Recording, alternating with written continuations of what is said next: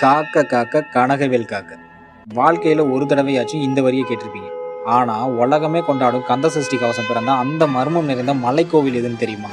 சென்னிமலை முருகன் கோவில். பழனி, திருச்செந்தூர்னு பல முருகன் கோவிலை நம்ம பார்த்துருப்போம்.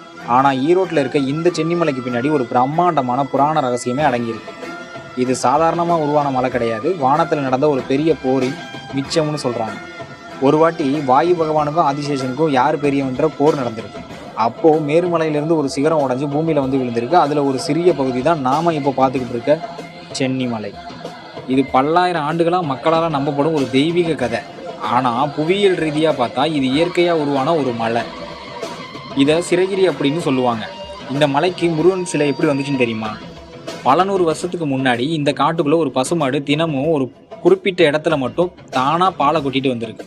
சந்தேகப்பட்ட மக்கள் அந்த இடத்த தோண்டி பார்த்தப்போ அங்க கிடைச்சது தான் இன்னைக்கு நம்ம கும்பிடுற சிரகிரி வேலவன் தண்டாயுத